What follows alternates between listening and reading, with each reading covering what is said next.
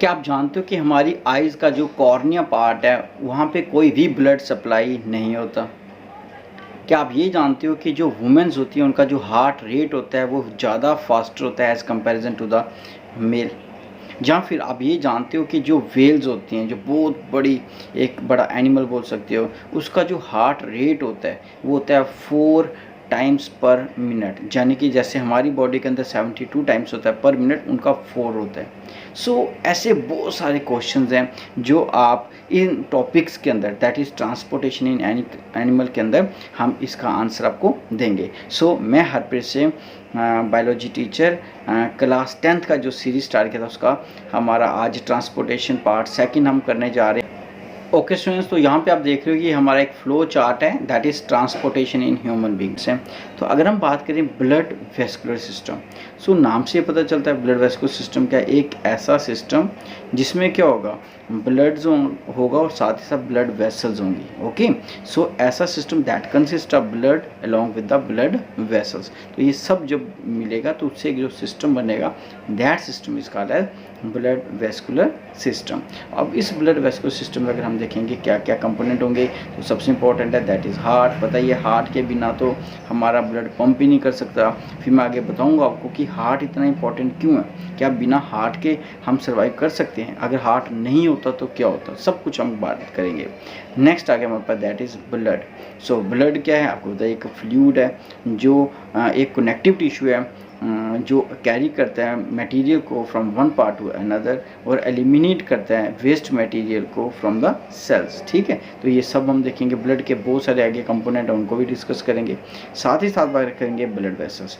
Blood vessels क्या है, तो ब्लड वेसल्स होगी एक ऐसी वेसल्स, ऐसी पाइप जो इस ब्लड को कैरी करेंगी, है ना। ब्लड तो पानी है, फ्लूइड है, उस फ्लूइड को एक जगह से दूसरी जगह जाना है तो उसको कोई ना कोई मीडियम तो चाहिए जिसके थ्रू वो निकल के जाए। ऐसे पाइप्स को अब बोलते हो ब्लड वेसल्स। ब्लड वेसल्स की भी बहुत सारी टाइप्स हैं, उनको भी डिस्कस करेंगे। अभी तो हम इंट्रोडक्शन देख रहे हैं, इसमें क्या क्या हमारे चैप्टर के अंदर होगा और हम क्या एक्सपेक्ट करेंगे कि इस टॉपिक से हमें क्या क्या मिलेगा आगे। उसी तरह से हमारे पास जैसे यहाँ पे ब्लड, हार्ट और ब्लड वेसल थी, इसी तरह से लिम्फेटिक सिस्टम के भी कुछ कंपोनेंट है, जैसे लिम्फ, जैसे यहाँ पे ब्लड था वैसे यहाँ पे लिम्फ है। जैसे यहाँ पे ब्लड वेसल थी, यहाँ पे लिम्फ को कैरी करने वाली वेसल्स को हम नाम देंगे लिम्फेटिक वेसल्स। ओके स्टूडेंट्स, अब हम बात करेंगे blood vascular system. As far as blood vascular system is concern, the blood vascular system consist of blood, first blood vessels and third is that heart. ये तीन चीज़ें, that is blood, second blood vessels and third is heart. तो ये जब तीन बोल सकते हो ऑर्गन्स, सेल, टिश्यू आपस में जुड़ती हैं तो क्या बनता है, एक सिस्टम बनता है और उसी सिस्टम को बोलते हो ब्लड वेस्कुलर सिस्टम। अब बात करते हैं इस सिस्टम का काम क्या होगा। इस सिस्टम का काम होता है that supply oxygen to cells and carry out carbon dioxide from cell to the lungs. तो अब बात आती है कि ये ऑक्सीजन सप्लाई क्यों करते हैं सेल को, क्योंकि सेल को रेस्पिरेशन के लिए ऑक्सीजन चाहिए ताकि जो हमने फूड मटेरियल लिया है सेल तक पहुंचा है तो वो उसको तोड़ के उसमें से एनर्जी मिल सके।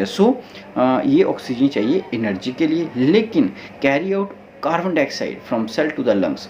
तो कार्बन डाइऑक्साइड को लंग्स तक क्यों लेके आते हैं, क्योंकि आपको पता ही है पिछले टॉपिक में पढ़ा था, जो ब्रीदिंग पढ़ा था हमने, तो हमें उस कार्बन डाइऑक्साइड को बॉडी से रिमूव करना है so that it do not cause any harm and it do not cause any toxic effect to the body. That's why we have to eliminate the carbon dioxide. तो इसलिए उसको carbon dioxide को lungs तक पहुंचाना होता है।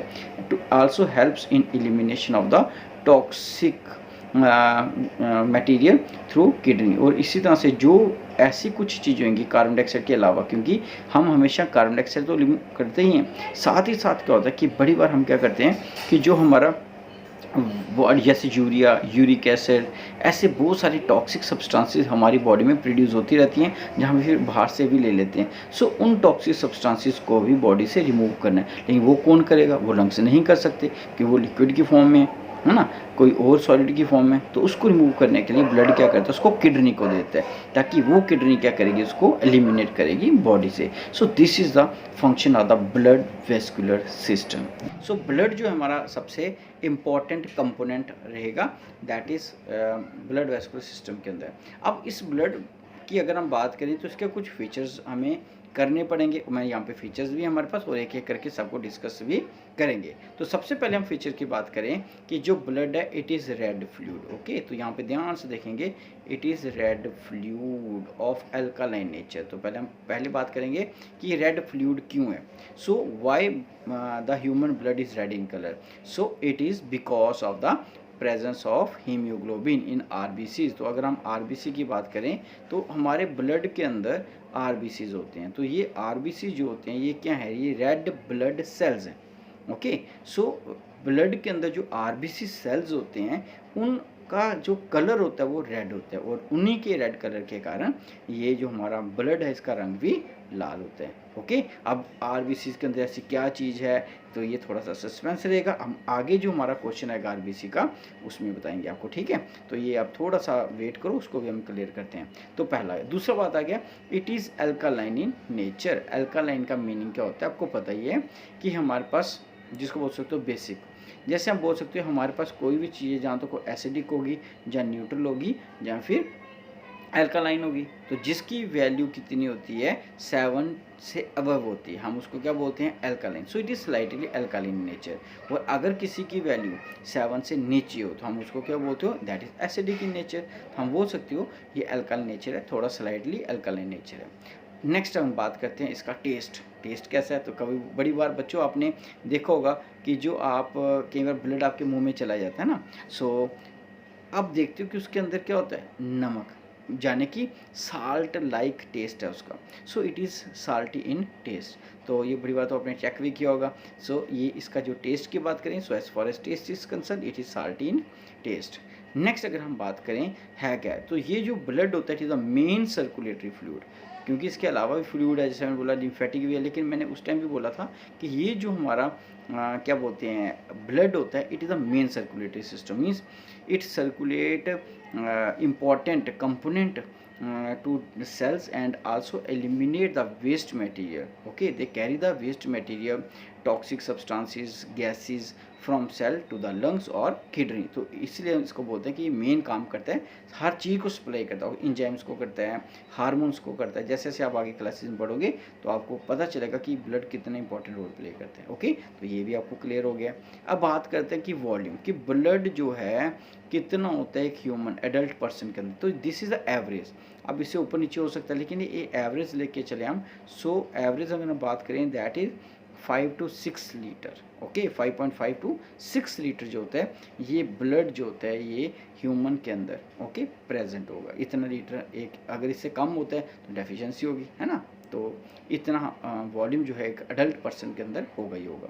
Next, formation of blood in our body is called haemopoiesis. तो ये एक प्रोसेस है, जिस प्रोसेस से हमारी बॉडी में ब्लड बनेगा, that process is called haemopoiesis. Okay, as far as component of blood is concern, अब यहाँ पे देख सकते हो ये छोटा सा एक मैंने पीपीटी तैयार किया आपके लिए। तो यहाँ पे आप क्लियर कर देख सकते हो कि जो हमारे ब्लड है उसके कौन कौन से कंपोनेंट हैं, यानी कि ब्लड किन किन चीज़ों से बना हुआ है। तो यहाँ पे देख सकते हो सबसे इंपॉर्टेंट आ गया, सब चीज़ इंपॉर्टेंट, लेकिन सबसे ये हमारे पास जो फ्लूइड पार्ट होता है that part is called as blood plasma. तो यहाँ पे अगर आप देखो ब्लड प्लाज्मा क्या है, ब्लड प्लाज्मा आ गया कि ब्लड के अंदर जो फ्लूइड पार्ट है, जैसे आप मान लो कि एक आपके पास एक रिवर है, तो रिवर कहीं ना कहीं पे बह रही है किसी न किसी स्ट्रक्चर के अंदर, तो वो स्ट्रक्चर जो है वो ब्लड वेसल्स हैं। तो वो जो रिवर बह रही है पानी की तरह, तो वो पानी जो रिवर के अंदर है that is called fluid and that fluid is का ब्लड प्लाज्मा। तो जो ब्लड के अंदर पानी वाला पोर्शन है, वाटर वाला पोर्शन है, फ्लूइड वाला portion, that portion is called blood plasma. इसी तरह से अगर हम बात करें आगे, अब उसके अंदर सेल्स हैं कुछ जिसको आप बोलते हो कार्पसल्स, है ना। तो यहाँ पे जो हमारे पास पार्ट है RBCs that is red blood cells. Okay, second अगर हम देखें हमारे पास जो सेल्स हैं दे आर कॉल्ड डब्ल्यूबीसीज white blood cells. And third component is called that is platelets. तो ये प्लेटलेट्स क्या हैं, तो अगर हम बात करें हमारे पास तीनों के तीनों that is platelets, white blood cells and red blood cell. तो अगर इन तीनों को हम मिला दें तो ये क्या बन गई, ये हमारा पोर्शन आगे दैट इज़ कार्पसल, जिनको सेल्स का नाम दे सकते हैं ना। So these are the cell component, ये सेल कंपोनेंट है। लेकिन ये वाला जो है हमारा blood plasma, it is fluid part. It means अगर हम सिंपल से अगर हम इसको क्लासीफाई करें तो हम बोल सकते हैं कि ब्लड दो पार्ट से बना हुआ है। एक पार्ट हमारे पास आ गया दैट इज़ वो पार्ट जो फ्लूइड है, और एक वो पार्ट है जिसमें क्योंकि हमारे पास तीन अलग अलग तरह के सेल्स आएंगे, एक आरबीसी आएंगे, डब्ल्यूबीसी आएंगे, प्लेटलेट्स आएंगे। तो तीनों के आगे कार्पसल्स, या फिर इनको बोलोगे सेल्स। यहाँ तक मेरे ख्याल से आपको समझ आ गया होगा। So these are the component of the blood. तो ये ब्लड के कंपोनेंट है जो हमें बताएंगे कि आगे हम किस तरह से इनको चलेंगे। So these are the component of the bloods. अब हम बात करेंगे एक एक करके इन सबको क्लियर करेंगे। तो सबसे पहले हम डील करेंगे with the blood plasma. So what is blood plasma, what are the component of the blood plasma, so what role of blood plasma play in the human body. तो ह्यूमन बॉडी में इनका क्या main role रहेगा, okay. तो अब हम बात करेंगे first component that is called blood plasma.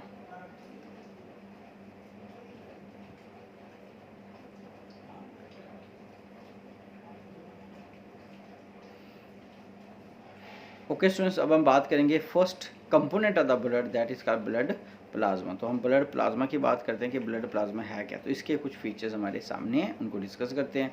तो सबसे पहला पार्ट जो मैंने पहले ही बताया आपको, that is liquid part of the blood. So it is a liquid part of the blood. तो आपका जो ब्लड है उसके अंदर जो फ्लूइड पार्ट है उसको हम बोलते हो ब्लड प्लाज्मा, ओके।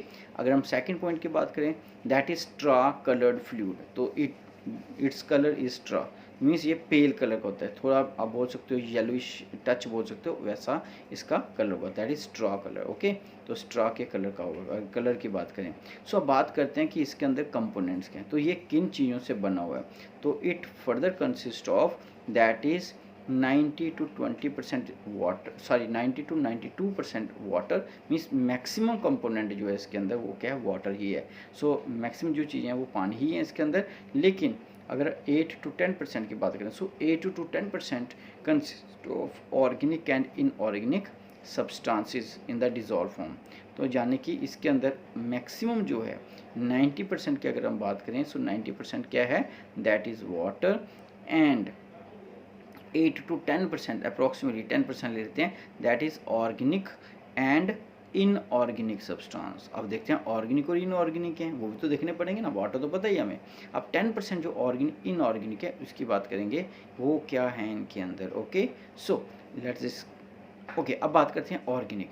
सो ऑर्गेनिक की अगर बात करें, सो organic substance in the blood plasma is blood proteins. बड़ी बार सुना होगा कि ब्लड के अंदर प्रोटीन्स होती हैं, प्लाज्मा के अंदर प्रोटीन होती हैं, ग्लूकोज पता ही आपको, सीरम, एल्ब्यूमिन, प्रोथ्रोम्बिन, है ना, ये जो ब्लड क्लॉटिंग में मदद करते हैं, ये फैक्टर्स हैं कुछ, फाइब्रिनोजेंस, फैट्स, अमाइनो एसिड्स, अब बात करेंगे enzymes, hormones. So all these components, ठीक है, जितने भी ये कंपोनेंट दिख रहे हैं, दे कॉन्स्टिट्यूट ऑर्गेनिक सब्सटेंसेस। तो ये सारे मिलेंगे तो ये सारे ऑर्गेनिक सब्सटेंस को बनाएंगे। और आप ऑर्गेनिक तो पता ही आपको क्या होता है। सो ऑर्गेनिक होता है जिसके अंदर कार्बन, हाइड्रोजन, ऑक्सीजन हो, है ना। तो ये तीन कंपोनेंट के अंदर होते हैं। तो ये सब जो चीज़ देख रहे हो आप, ये सारी ऑर्गेनिक सब्सटेंसेस हैं। इसी तरह से अब जो ब्लड प्लाज्मा उसमें इनऑर्गेनिक सब्सटेंसेस भी हैं। तो इनऑर्गेनिक सब्सटेंसेस क्या हैं, जैसे हम बात करें इसके अंदर सोडियम, पोटेशियम, कैल्शियम,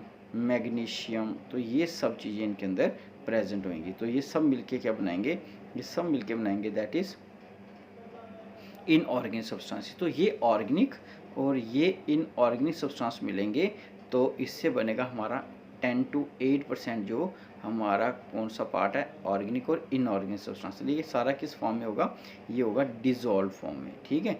ये डिजॉल्व फॉर्म में, लिक्विड फॉर्म में प्रेजेंट होगा प्लाज्मा के अंदर। ये सारे मिलके ही ब्लड प्लाज्मा को बनाएंगे। तो ये भी आपके पास एक छोटा सा टॉपिक था, दैट इज़ ब्लड प्लाज्मा के। अब हम बात करेंगे, प्लाज्मा तो हो गया, अब पढ़ेंगे corpuscle, that is cell component of the blood, कि ब्लड के अंदर जो सेल्स होते हैं उनकी बात करेंगे हम, okay. So second component of blood is that is RBCs. तो आरबीसीज है क्या, अब इनके फीचर्स की बात करते हैं। सो आरबीसीज जैसे नाम पता चलता है रेड ब्लड सेल्स, तो इनको क्या बोलते हो, रेड ब्लड सेल्स। तो आप रेड ब्लड सेल क्यों बोलते हो, इनको रेड ब्लड सेल का नाम क्यों दिया गया, जैसे हम यहाँ देखोगे red blood cells. So why they are called red blood cells? Because of pigment, इनके अंदर स्पेशल एक पिगमेंट होती है जिसका नाम है हेमियोग्लोबिन, और ये रेड पिगमेंट होती है, और यही रेड पिगमेंट होती है जो इनको क्या करती है, रेड कलर देती है। तो इसी रेड कलर के कारण जैसे आप यहाँ पे देख रहे होंगे, तो यहाँ पे आपको स्ट्रक्चर भी दिख रहा है, तो ये रेड ब्लड जो सेल्स होते हैं इसी के कारण रेड है, हेमियोग्लोबिन आयरन कंटेनिंग पिगमेंट होती है ये। अब बात करते हैं दूसरा, so it is also called as erythrocyte. हम बड़ी बार क्वेश्चन आता है आपको 10th में कि RBCs are also called as, तो वहाँ पे बड़े सारे ऑप्शन दिए होते हैं, लिकोसाइट, एरिथ्रोसाइट्स, थ्रोम्बोसाइट्स, तो आपने आंसर देना है दैट इज़ एरिथ्रोसाइट्स। तो इनको एरिथ्रोसाइट का नाम भी देते हैं। ओके, अगर हम बात करें दैट इज़ सेकंड पॉइंट की, आरबीसीज आर बाई कनकेव। तो यहाँ पे अगर आप शेप देख रहे होंगे साइड पे, तो आपको दिख रहा होगा आरबीसी जो है वो कैसा है। तो मैं यहाँ पे बना भी देता हूँ थोड़ा सा। तो जैसे आप यहाँ पे देखोगे, इसकी जो अंदर से अगर देखेंगे तो क्या होता है, इस जगह से ये अंदर की तरफ होगा, कनकेव स्ट्रक्चर शो करेगा यहाँ सेंटर से। क्यों, क्योंकि जब ये मैच्योर होता है तो यहाँ पे जो न्यूक्लियस होता है वो न्यूक्लियस क्या होता है, यहाँ से गायब हो जाता है, यानी कि they lack nucleus. So due to the deficiency of nucleus, because they do not have nucleus, तो जो सेंटर होता है वो क्या होता है, थोड़ा सा अंदर की तरफ चला जाता है, कनकेव स्ट्रक्चर शो करता है। तो इस साइड से भी होगा और दूसरी साइड से भी होगा, इसलिए क्या होगा, बाई कनकेव। ओके, तो अगर हम साइड से देखेंगे तो हमें साइड से कैसा दिखेगा, ये ऐसा दिखेगा। तो मीन्स ये सेंटर से यहाँ से अंदर की तरफ होगा और इधर से भी अंदर की तरफ होगा, क्योंकि यहाँ से न्यूक्लियस एब्सेंट होता है। ओके, तो अगर बड़ी बार आपको पूछा था रेड ब्लड हम सेल्स नहीं बोलते, रेड ब्लड कार्पसल्स बोलते हैं। जैसे मैंने सेल लिखा है तो मोस्टली हम इसको क्या बोलते हैं, कार्पसल्स बोलते हैं। तो कार्पसल्स क्यों बोलते हैं, क्योंकि इसके पास न्यूक्लियस नहीं होता। तो न्यूक्लियस नहीं होने के कारण ज़्यादातर हम इसको क्या बोलते हैं, red blood corpuscles. Okay, white blood corpuscles नहीं बोलते, वाइट ब्लड सेल बोलते हैं, लेकिन रेड ब्लड कार्पसल्स का नाम दिया गया।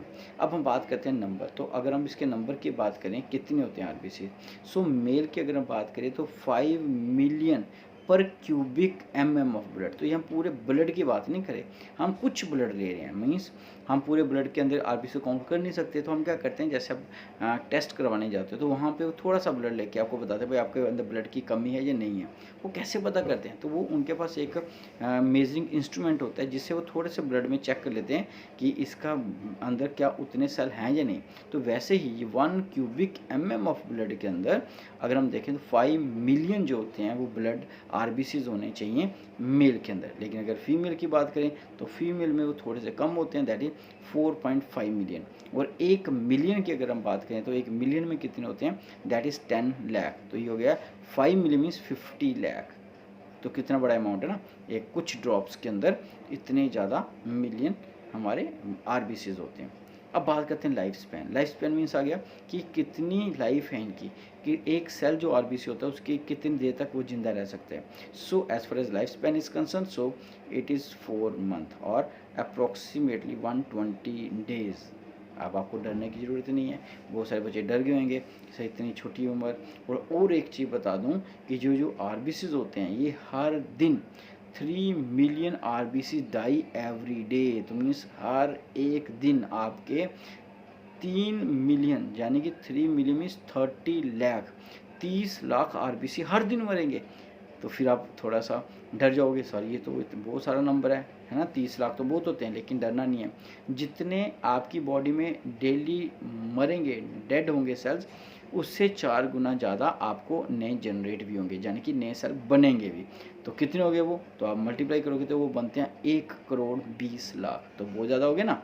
सो इसलिए हम बोलते हैं कि अगर आप ब्लड को डोनेट भी करते हो है ना एक अच्छे काज के लिए, तो वो वापस बड़े जल्दी बन भी जाएगा। ओके, तो इसलिए डरना नहीं कभी कोई अगर ब्लड डोनेशन में जाता है या ब्लड डोनेट भी करता है। सो ये कुछ फीचर थे आपके आरबीसी के। अब बात करते हैं इसके फंक्शन की, कि आरबीसी का रेड ब्लड सेल का क्या फंक्शन होता है। जैसे मैंने अभी बोला कि हमारे ब्लड ऑक्सीजन को कैरी करता है from lungs to the cell, और कार्बन डाइऑक्साइड को करता है from cell to the lungs. तो वो पूरा ब्लड नहीं करता है, WBCs नहीं करेंगे, प्लेटलेट्स नहीं करेंगे, ब्लड प्लाज्मा नहीं करेगा, ब्लड प्लाज्मा कैरी करेगा इसको, तो वो काम होता है RBCs का। तो okay students, now we will discuss the third component of the blood, that is WBC। so सबसे पहले देखेंगे WBC है क्या। तो WBC होता है that is white blood cells।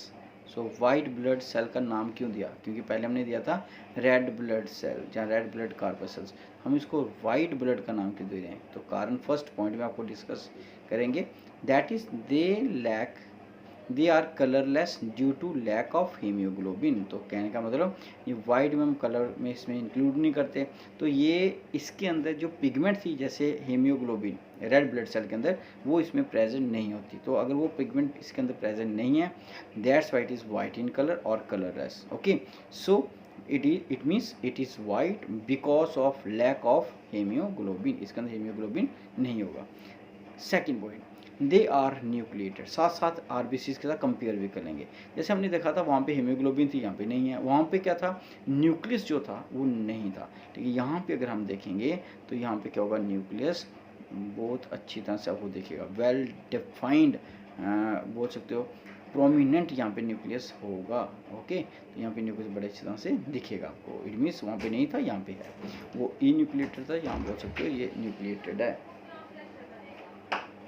Third point, अगर हम थर्ड पॉइंट की बात करें, relatively less in number, that is 6000 to 8000 पर क्यूबिक mm ऑफ ब्लड। तो कितना कम है, तो यहाँ पे 6000 से 8000 हैं। वहाँ पे हमने देखा था RBC कितने थे, that is near about 50 lakh. तो कितना ज़्यादा डिफरेंस है, ये डिफरेंस क्यों, मैं इसका भी आपको आंसर दूंगा।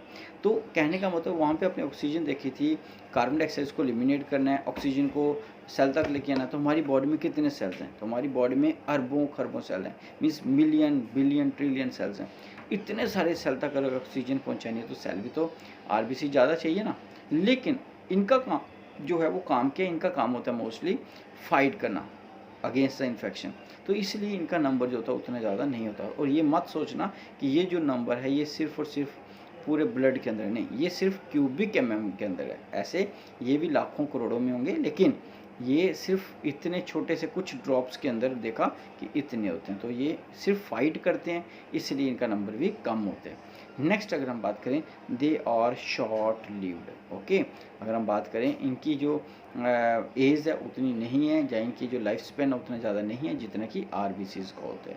ओके, अब हम बात करते हैं फंक्शन की। So as far as function is concern, it protect us from the foreign body. जैसे भी आपने देखा था कोविड-19 की बात करते हैं, तो जो कोविड-19 के दौरान अगर हम बात करें तो उस दौरान क्या था, हमारी बॉडी में क्या हो रहा था, जिन लोगों का इम्यून सिस्टम जहाँ WBC ज़्यादा स्ट्रॉन्ग नहीं थे, नंबर कम था, इम्यून सिस्टम स्ट्रॉन्ग नहीं था, तो उनको ज़्यादा क्या हो रहा था, प्रॉब्लम होती, इन्फेक्शन हो रही थी।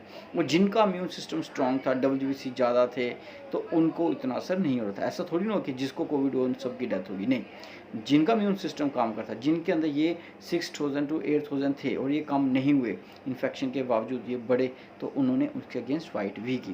तो कहने का मतलब इन चीज़ों को अगर हमारी बॉडी में बढ़ती हैं, अच्छे तरीके से काम करती हैं, तो हमारी बॉडी में इन्फेक्शन भी कम होगी। तो इट मीन्स ये हमारी बॉडी को बचाता है from the foreign infection from organisms, या जो आप बोल सकते हो कि ऐसी चीज़ें जो हमारी बॉडी में एंटर करती हैं और हमारी बॉडी के लिए वो क्या एंटीजेंस हैं, हमारी बॉडी के लिए अच्छी नहीं है, तो ये उनको भी क्या करेगा, एलिमिनेट करेगा बॉडी से। ओके, यहाँ तक हो गया हमारे पास ल्यूकोसाइड क्या थे।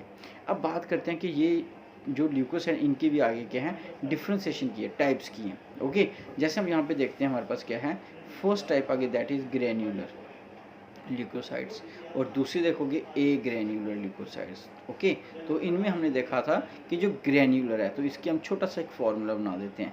ग्रेन्यूलर ल्यूकोसाइड जो हैं इसमें हमारे पास 3 आते हैं, दैट इज़ NIB, निब याद रखना, पेन का निब होता है ना, इस तरह से। और दूसरा कौन सा है,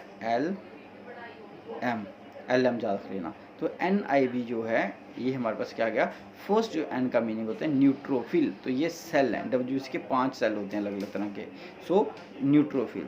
सेकंड आ गया दैट इज़ E कर लो इसको, इओसिनोफिल आ गया, ईओसिनोफिल और तीसरा आ गया बेसोफिल। ओके, तो ये तीन जो है हमारे पास आ गए किसके अंदर, ग्रेन्युलोसाइट के अंदर। ओके, और अगर हम बात करें लिम्फोसाइट्स और मोनोसाइट्स, तो ये कौन सा आगे, ये आगे ए ग्रेन्युलोसाइट के अंदर। सो इट मीन्स जो WBC we have 5 different type of WBCs: neutrophil, eosinophil, basophils, lymphocytes and monocytes. So this is on the basis of nucleus. तो इनकी जो डिफरेंट डिफरेंट शेप होती है न्यूक्लियस की, उसके बेस पे और इनके जो फंक्शन परफॉर्म करते हैं उनके बेस पे हमने इनको डिफ्रेंशिएट किया है। तो किस बेस पे किए, इसको अब आगे देखते हैं, इनके फंक्शंस को भी देख लेते हैं कि ये क्या क्या काम करेंगे। तो यहाँ पे आपने देख लिया होगा इनका न्यूक्लियस का स्ट्रक्चर देख लिया, यहाँ पे जो डायग्राम लगी है पांचों की, वो भी आप इनको ऑब्जर्व करो। अब हम इनके फंक्शन की बात करते हैं न्यूट्रोफिल्स और जो हमारे पास होते हैं दैट इज मोनोसाइट्स। तो ये दोनों जो हैं ये फैगोसिटिक इन नेचर है। फैगोसिटिक का मतलब है कोई भी ऐसा सेल जो किसी दूसरे सेल को या ऑर्गेनिज्म को इनगल्फ कर ले और उसको डिस्ट्रॉय कर दे। विच डिस्ट्रॉय, ये देखो, foreign organisms entering the body. मान लो कि हमारे पास ये सेल आ गया, इस तरह ये हमारा WBC है, मोनोसाइट्स हैं। यहाँ पे कोई भी बाहर से ऑर्गेनिज्म आता है, ये क्या करेंगे, उसको अपनी बॉडी में लेके जाएंगे, ये पूरा उसको कवर कर लेगा इधर से, ये इधर से पूरा अंदर ले जाके, और अंदर ले जाने के बाद उसको डिस्ट्रॉय कर देंगे। तो इस तरह से हमारी बॉडी में कभी भी इन्फेक्शन, माइक्रो ऑर्गेनिज्म, कोई भी ऐसी चीज़ अंदर जाती है, एंटर करती है बॉडी में, तो ये उसको डिस्ट्रॉय कर देंगे। That's why they are called phagocytic cells. अब बात करते हैं basophils. Basophils create histamines, okay, serotonins, heparins. तो ये सारे बड़े ही इंपॉर्टेंट है, कई बार तो ये ब्लड को पतला करने में भी काम आते हैं ना। सो दे इन्वॉल्व इन्फ्लामेटरी रिएक्शंस। तो इन्फ्लामेटरी जो रिएक्शन होती हैं हमारी बॉडी में, बड़ी सारी रिएक्शंस होती हैं, उन रिएक्शंस को कम करने के लिए, उनके अगेंस्ट ये काम करते हैं। ओके, तो ये भी हमारे पास एक बेसोफिल सेल्स हैं। अब ईओसिनोफिल्स हैं, ये देखो, ये बहुत ही ज़्यादा इंपॉर्टेंट है। Eosinophil cells resist infection. आपको पता होगा हमारी बॉडी में बड़ी ज़्यादा इन्फेक्शन, एलर्जी हो जाती है, कई बार हम कहीं पे पोलन गिर में चल जाते हैं, वहाँ पे इन्फेक्शन होती है डस्ट से। तो उस डस्ट या कोई भी किसी भी तरह की एलर्जी जो होती है उसके अगेंस्ट जो काम करेंगे वो ईओसिनोफिल्स होंगे। तो आप खुद देख सकते हो कि हमारी बॉडी के WBC जो हैं, इतने सारे अलग अलग तरह के सेल्स हैं, ये सारे सेल्स क्या करते हैं, अलग अलग तरह से काम करते हैं। हमें तो लगता था ये इन्फेक्शन सिर्फ जो बॉडी के अंदर ऑर्गन जाते हैं उनके अगेंस्ट काम करते हैं, पर ऐसा नहीं है। ये हमारी बॉडी के अंदर एलर्जी हो रही है, या फिर आप बोलते इन्फ्लेमेटरी रिएक्शंस हो रही हैं, या हमारी बॉडी में जो ब्लड को थिन करना है ना, हमारी बॉडी में कोई बाहर का ऑर्गेनिज्म एंटर कर जाता है, उन सब के अगेंस्ट काम करेंगे। ओके, फैगोसिटिक भी है ये। So this is the function of the WBC। तो मुझे ओके स्टूडेंट्स, हमारा लास्ट कंपोनेंट ब्लड का वो रहा, दैट इज़ ब्लड प्लेटलेट्स। तो साथ साथ डायग्राम भी देखते रहें आप। तो यहाँ पे अगर हम ब्लड प्लेटलेट की बात करें, तो ये अगर हम बात करें साइज़ की, तो साइज़ में सबसे छोटा है, क्योंकि जो सबसे बड़ा है वो WBC में आते हैं, उनसे छोटा जो हमारे RBCs हैं, सबसे छोटे जो हैं वो कौन है, small size, that is platelet. So they are small size. First point हो गया, इसमें समझाने की ज़्यादा ज़रूरत ही नहीं आपको। अगर हम बात करें नेक्स्ट शेप की बात करें, so they are irregular in shape. अगर हम RBC की बात करते हैं, वो भी क्या थे, स्फेरिकल थे, थोड़े ओवल थे, हो सकते हैं। अगर हम WBC की बात करें, वो भी थोड़े इस शेप में से। लेकिन ये जो हमारे पास होते हैं, दैट इज़, आप देख सकते हो डायग्राम में भी, तो ये थोड़ी इनकी जो शेप होती है वो थोड़ी इरेगुलर होती है। ओके, सो इरेगुलर शेप होती है दैट इज़ प्लेटलेट्स की, जिसको हम बोलते हैं थ्रम्बोसाइट। इनको थ्रम्बोसाइट का भी नाम देते हैं। नेक्स्ट अगर हम बात करें नंबर की, सो इनका जो नंबर होता है वो कितना है, तो इनका नंबर जो है वो WBC से ज़्यादा है। वहाँ पे 6000 to 8000 था। यहाँ पे अगर हम देखें 2,50,000 to 4 लाख पर क्यूबिक mm ऑफ ब्लड। ठीक है, RBC से कम है लेकिन WBC से ज़्यादा है। ओके, नेक्स्ट अगर बात करें प्रोडक्शन की, ये प्रोड्यूस कहाँ पे होते हैं, सो ये they are produce in the bone marrow. तो बोन मैरो मैंने पहले ही बताया था क्या है, तो बोन मैरो के अंदर ये प्रोड्यूस होंगे। तो हमारी बॉडी की जितनी बड़ी बड़ी बोन्स हैं, उन बोन के अंदर ये स्ट्रक्चर है बोन मैरो, वहाँ पे प्रोडक्शन होता है इनका भी। ओके, अब बात करते हैं function. So as function, so it helps in clotting of blood. तो जब कभी भी आपका ब्लड बहना शुरू हो जाए, कोई इंजरी हो जाती है, कट लग जाता है, तो जो ब्लड उसके बाद क्लॉट करता है, तो वहाँ पे जो आर्मी आएगी क्लॉटिंग के लिए वो यही आएगी। इट मीन्स कि जब कभी मान लो हमारी ब्लड जो सेल्स हैं वो आर्मी ही है, तो यहाँ पे ऑक्सीजन को पहुँचाना है, आरबीसी काम करेगी। कोई वेस्ट मैटर को रिमूव करना है तो ये आरबीसीज काम करेंगे।